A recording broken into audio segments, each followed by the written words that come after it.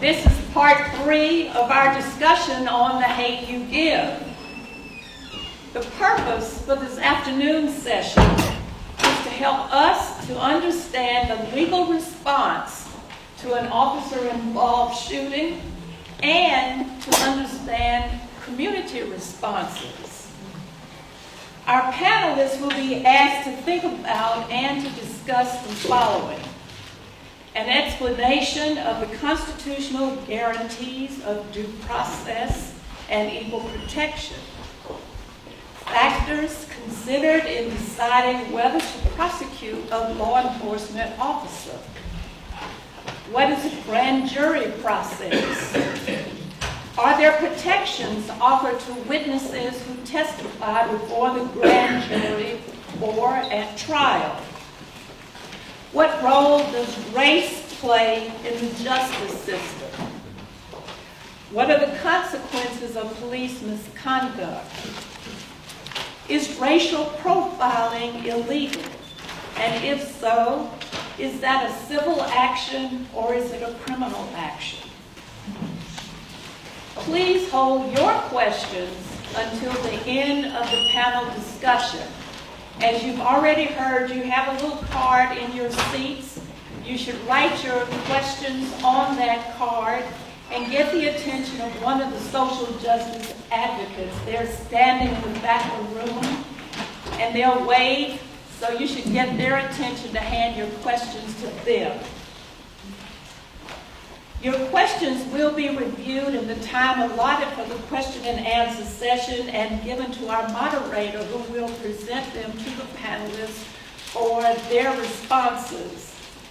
It's our desire to have all of your questions answered. However, we only have 2 hours, and so we may not be able to get to all of those questions.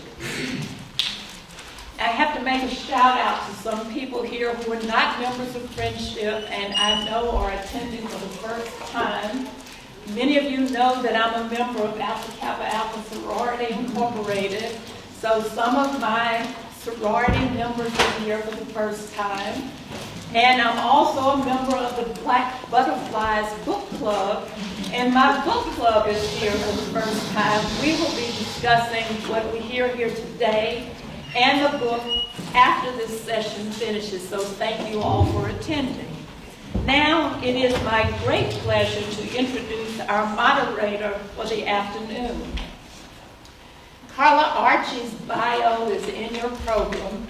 You can all read, so I'm not going to read that to you. But what I want you to know is that Judge Archie is a Christian soldier on the battlefield for justice.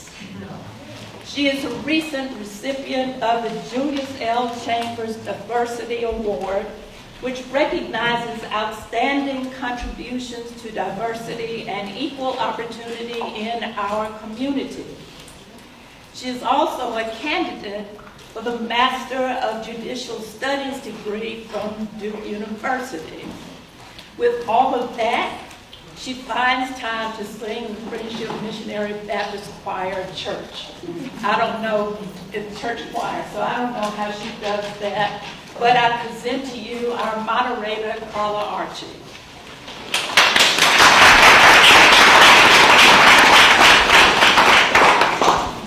Good afternoon. Can everyone hear me okay? Yes. All right. So, okay. So I have been following in Judge Evans' footsteps for most of my career. She is a friend and mentor of mine, and so today is no different. I am going to follow her lead in introducing the panelists. I am not going to read their bios to you. That is printed in detail in the program, but I will call them up one by one with a brief highlight. I will start with our professional panelist. First, Judge Albert Diaz. He is a Sixth Circuit Court of Appeals judge. Fourth Circuit. Yes, thank you. In the Fourth Circuit Court of Appeals, which covers North Carolina. It's a federal appeals court. He holds an undergraduate degree in economics from the University of Pennsylvania, his law degree from the New York University, and before being an appellate court judge, served as Judge Evans and I did on the Superior Court bench in North Carolina. Judge Diaz, if you will join us in the comfy chairs. Pick one. Next we have Mr. James Ferguson. He is the founding partner of the law firm Ferguson, Chambers, and Sumter. He is a renowned civil rights lawyer known across the country and holds his undergraduate degree from degrees plural, from North Carolina Central University, majoring in history and English with a minor in political science, and a law degree from Columbia University. Mr. Ferguson, if you will join us.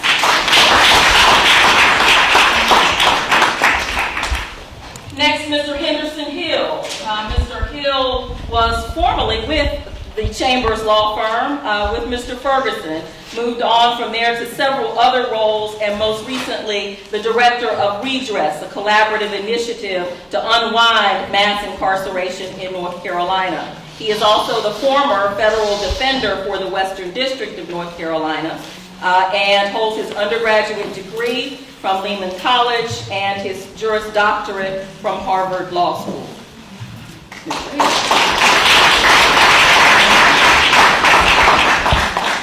We also have with us Mr. Spencer Merriweather. He is the elected district attorney for Mecklenburg County. Mr. Merriweather holds his undergraduate degree from Princeton University and his law degree from UNC Chapel Hill. Mr. Merriweather. And we have Mr. Kenny Smith. Mr. Smith is an assistant United States attorney for the Western District of North Carolina, a federal prosecutor. He holds his undergraduate degree from UNC Chapel Hill and his law degree from Harvard Law School. Mr. Smith.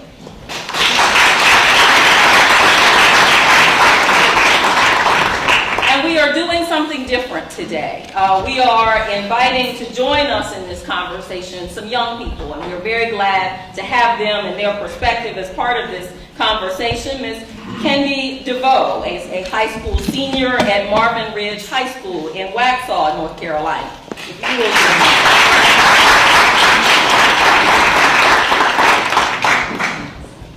help me with your first name. Shebuka? Shebuka. Shebuka Anoha. I'm going to let you introduce yourself. He's a junior at Marvin Ridge High School in Waxhaw, North Carolina. Please welcome him.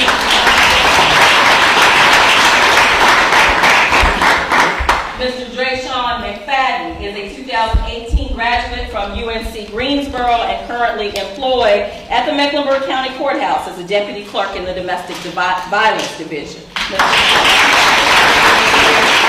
And last but certainly not least, Ms. Kelsey Redd. She is a 2018 graduate of Audrey Kell and is currently studying culinary arts at Central Piedmont.